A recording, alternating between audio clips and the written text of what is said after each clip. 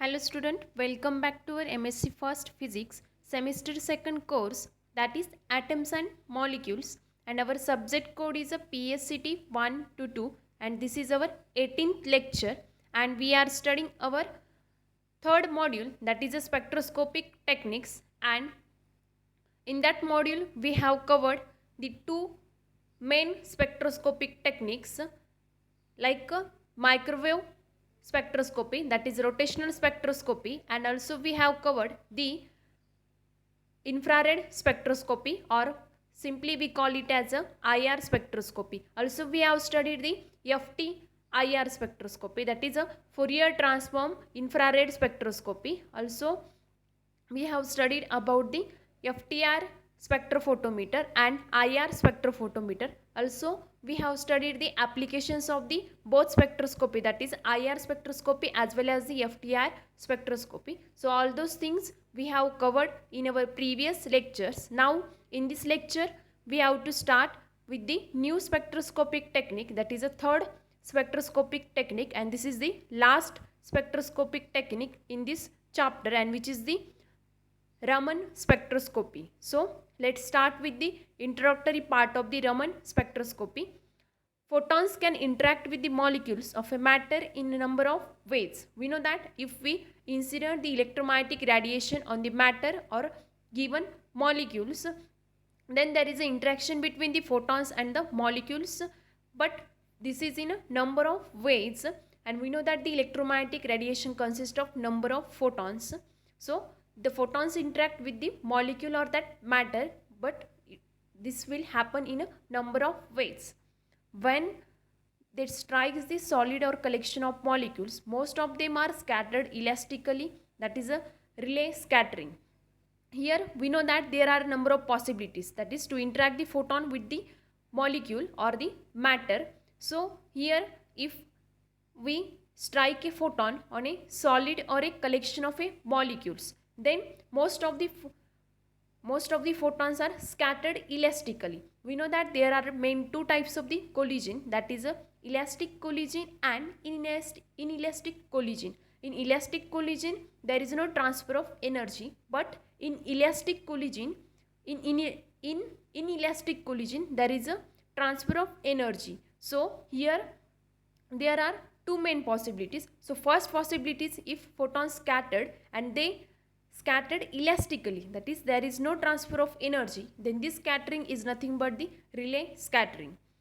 But a few, that is 1 in 10 to the power 6, undergoes inelastic scattering. These inelastically scattered photons have frequency lower than or higher than the incident frequency. So here there are three possibilities actually. First is the when we strike a photon on a molecules, then there is no change in a energy or the frequency of that photon, or there is a increase or decrease in the energy of that photon. So these are the three possibilities. If there is no change in the photon energy or the frequency of incident, then this scattering is the relay scattering, and if it is lower or higher than the incident frequency, then again there are two different phenomena, but most of the photons undergoes the relay scattering. But if we consider 10 to the power 6 molecules, in the 10 to the power 6 molecules there is a possibility that is one photon undergo only the inelastic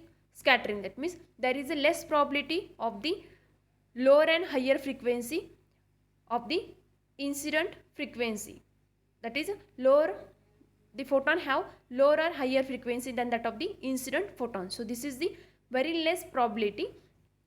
This phenomenon predicted in 1923 by Schmeckel and observed by Sir C.V. Raman in 1928 and is referred as a Raman scattering. That means all those things are studied, or all those things was studied by the scientist in 1923 and by the scientist that is a Schmeckel, and this is observed practically by the scientist that is a Sir C.V. Raman, and which is in 1928, and this refer as a Raman scattering due to the prediction by the Schmeckel and observation by the Sir C.V. Raman.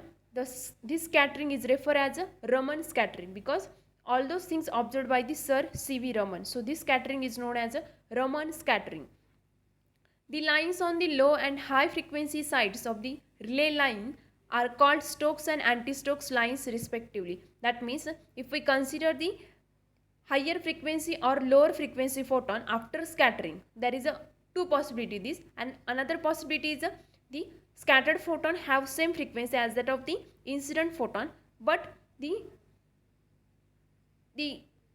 photon which having energy or the frequency lower than the or higher than the incident photon, these two scattering lines lies on the spectrum on the side of the relay line, and this for the low frequency photon the line is corresponding, that is the corresponding line is a Stokes line, and the for high frequency photon the line is a anti-Stokes line. So in this way we get the relay scattering, Stokes line and anti-Stokes lines, and the combination of the Stokes line and anti-Stokes line is known as the Raman lines.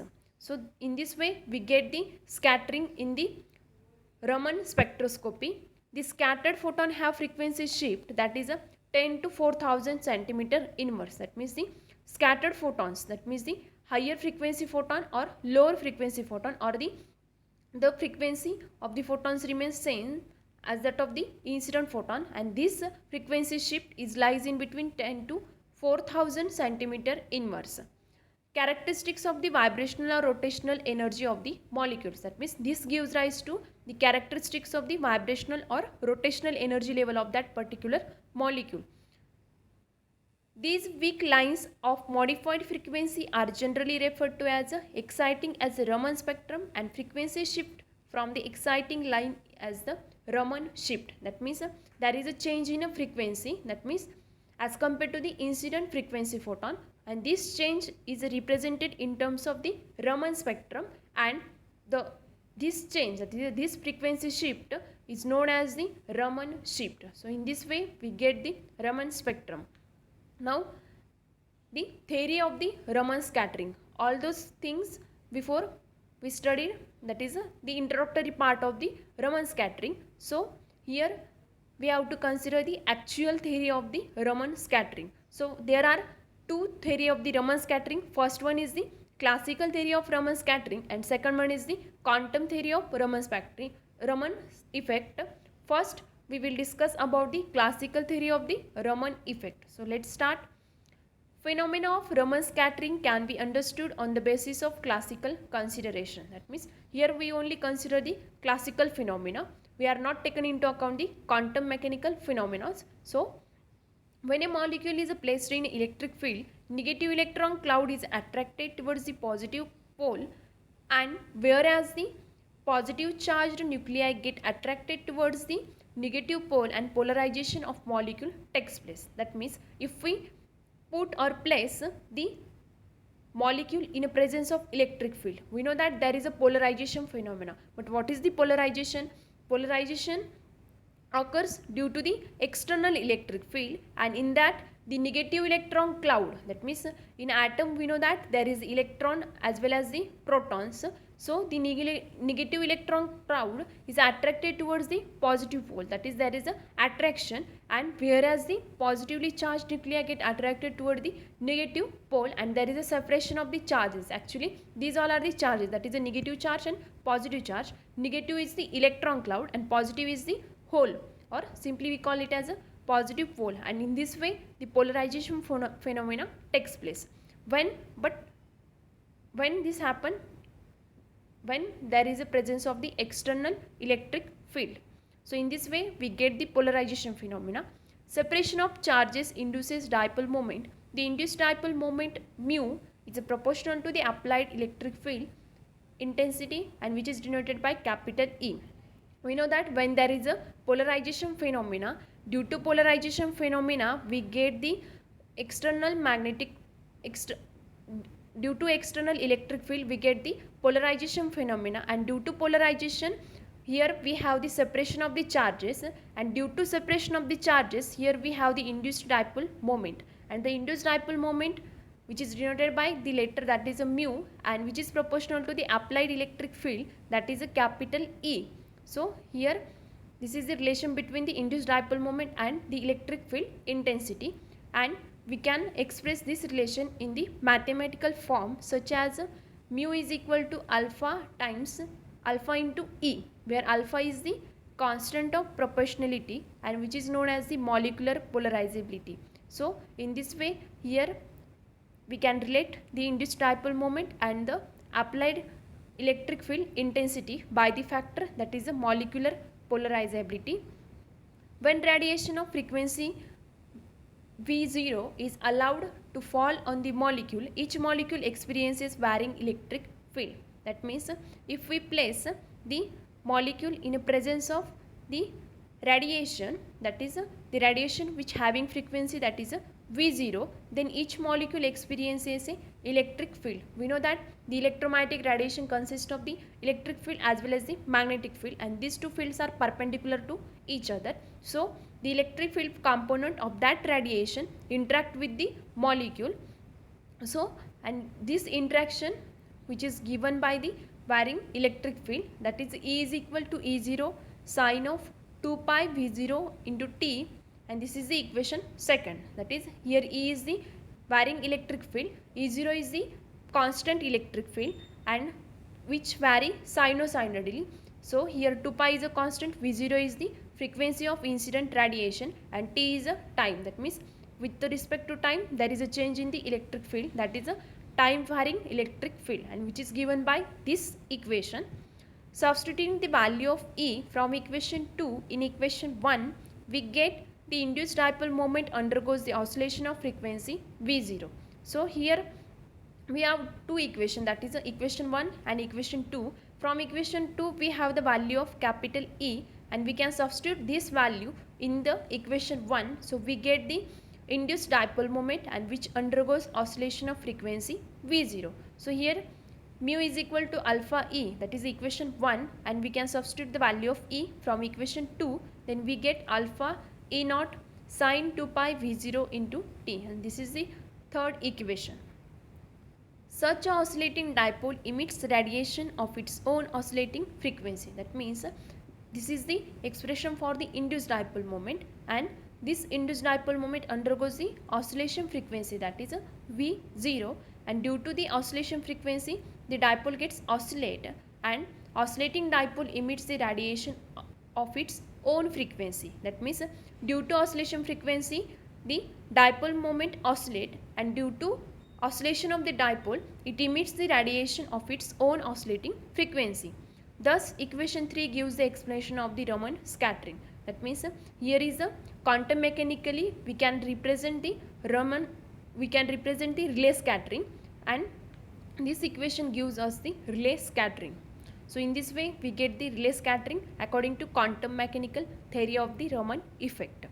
While deriving the Raman effect, it is generally easiest to start with the classical interpretation by considering the simple diatomic molecule as a mass on a spring, which is shown in the figure. So here we consider the two mass system. So two body problem, that is a mass m1 and mass m2, and these two masses are connected with the help of this spring and which having force constant, that is a capital K, and the displacement for this molecule for this mass m1 is x1 and for the mass m2 the displacement is a x2, and this system is a two body problem system, and if we want to convert this system in a one body problem, then here we have to consider the reduced mass concept. So here where m is represent the atomic masses, that means the total mass of this system, and which is the reduced mass and which is denoted by m. So here the reduced mass of these two systems or these two molecules which is denoted by m, and x represent the displacement. That means if we consider the total displacement of this system and which is denoted by x, and k represent the bond strength, that means this k is represent the bond strength, that means there is a bond between these two molecules and here k represent that bond strength. So here we consider the two body system, that is by considering the classical approach, and we can interpret the how these molecules vibrate with each other. So how we get the vibrational frequency. Let V vibrational be the frequency of vibration of the molecule, then the instantaneous displacement of the reduced mass m is given by x is equal to x naught sine of 2 pi v vibrational into t. So here these two molecules and these two molecules are attached with the help of this string. So due to this string undergoes the compression or relaxation according to the application of the force or according to the vibration of these two molecules. So here due to vibration of the molecules we have the vibrational frequency and which is denoted by v vibrational, and the instantaneous displacement due to vibration the molecules get displaced from their original position, either they undergo compression or relaxation. So there is an instantaneous displacement, and here we consider the displacement for the total system, that is instantaneous displacement. And so here we have the total mass, that is the reduced mass, and which is denoted by m. So here we can write the expression for instantaneous displacement in the form of the vibrational frequency. So x is equal to x naught sine of 2 pi v vibrational into t, where v vibrational is the frequency of molecular vibration and is defined as v vibrational is equal to 1 upon 2 pi square root of k by m. We know that this is the standard expression for the vibrational molecular frequency. So according to the vibrational frequency of our system, that is this system, we can write the expression for vibrational frequency like 1 upon 2 pi square root of k by m, where k is again bond strength, m is reduced mass, and 1 upon 2 pi is a constant.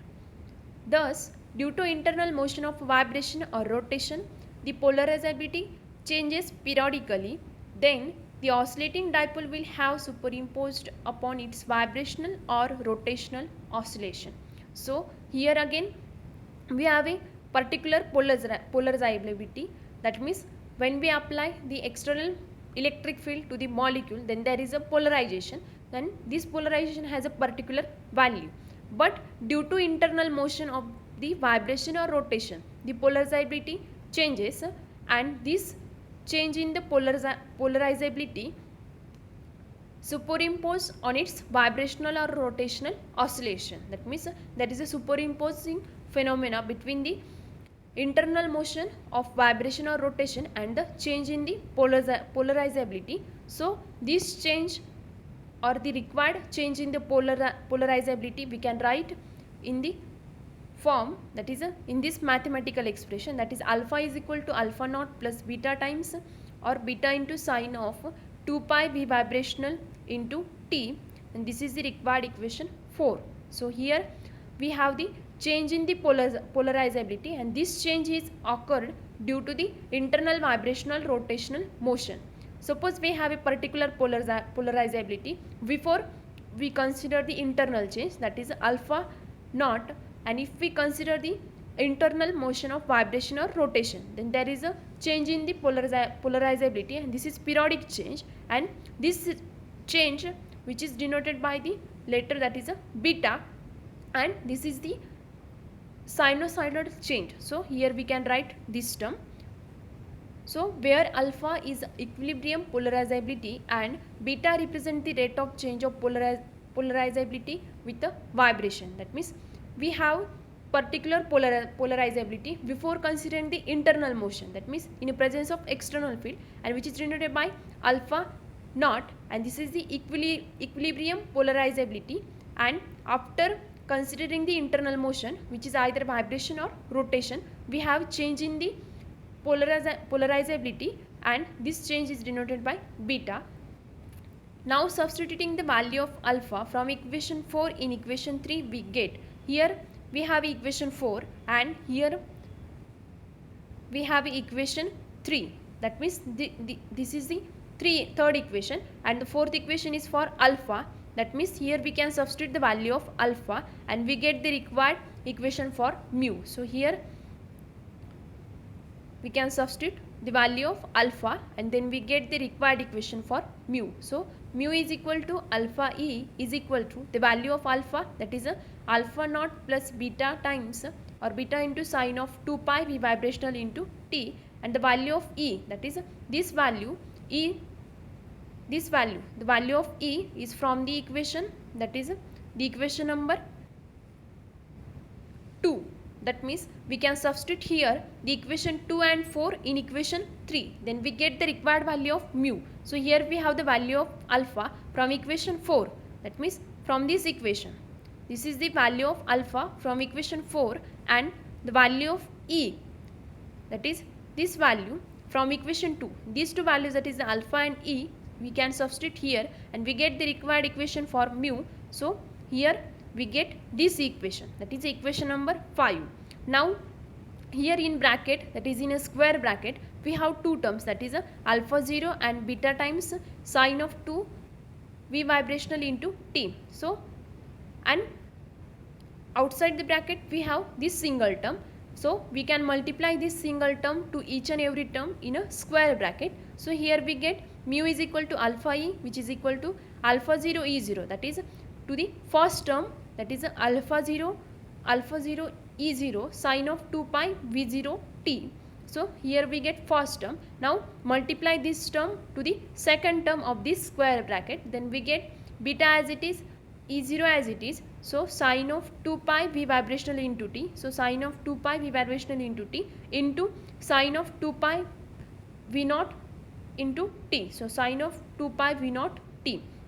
So here we get this term after multiplying this term to the square bracket. Now we know that the trigonometric relation, that is a sin a into sin b, which is equal to half in square bracket cos of a minus b minus cos of a plus b. So this is the trigonometric identity. So we can use this trigonometric identity here. Here we have a, that is instead of a we have the v0 and instead of b we have v vibrational. So from that we can write here, that is mu is equal to alpha 0 e 0 sine 2 pi of sine of 2 pi v0 t, first term, that is this term, which is as it is. So here we can write first term as it is. Now for the second term again, here we have beta into e0. So beta into e0 as it is. So beta into e0. But for this term, that is sine of 2 pi v vibrational into t and sine of 2 pi v0 into t. So for these two terms, here we have this identity, that is for this term we can use this identity. So sin a into sin b. So here we have this a term and here we have this b term, and so here half, so half as it is, and in bracket cos of a minus b. So cos is there and a is nothing but the 2 pi v vibrational into 2 pi v0 into t. So here we have in these two brackets 2 pi t common. Here is also 2 pi t common. Here is also 2 pi t common. So we can take this 2 pi t term common from these two terms. So here we take 2 pi into t common from these two terms and we left with only v0 and v vibrational. But here v0 is nothing but the a and v vibrational is nothing but the v. So here we can write v0 minus v vibrational and this term is a common, minus cos of a plus b. Again 2 pi t is a common, so we can take inside that, and minus cos of a plus b. Here a is again v0 and b is the v vibrational. So here we get this term or this equation after using this trigonometric relation. Now this relation consists of three different terms, that is this term and this term. So here we get the three frequency terms, that is v0, v0 minus v vibrational, v0 plus v vibrational. So here we get the three frequency component, that is as already we mentioned in a Raman scattering we have the different scatter frequency, that is the scatter frequency which is lower than or higher than the incident frequency. And suppose we have the lower than the incident frequency, then we have the frequency that is v0 minus v vibrational, and if we have the higher than the frequency which is higher than the incident frequency and which is the v0 plus v vibrational, and if we have the scattered frequency same as that of the incident frequency, then we have that is original frequency, that is a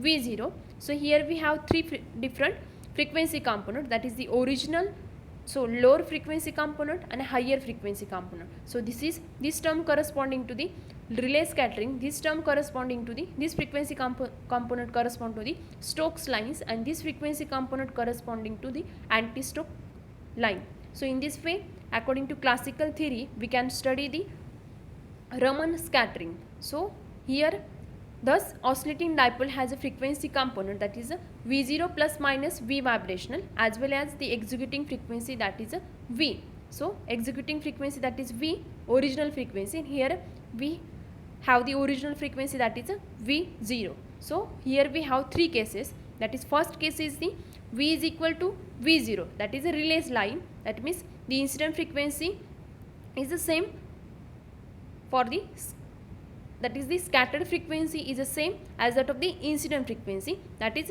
V0, V is equal to V0. So this is the relay line, and if we have the scattered frequency which is lower than the incident frequency, then we have V is equal to V0 minus V vibrational, and this is the Raman-Stokes lines. And if we have the scattered frequency which is higher than the incident frequency, that is V is equal to V0 plus V vibrational, then this line is a Raman anti-Stokes line. So in this way, we have these three different frequency component, and we are able to study the Raman scattering with the help of classical theory.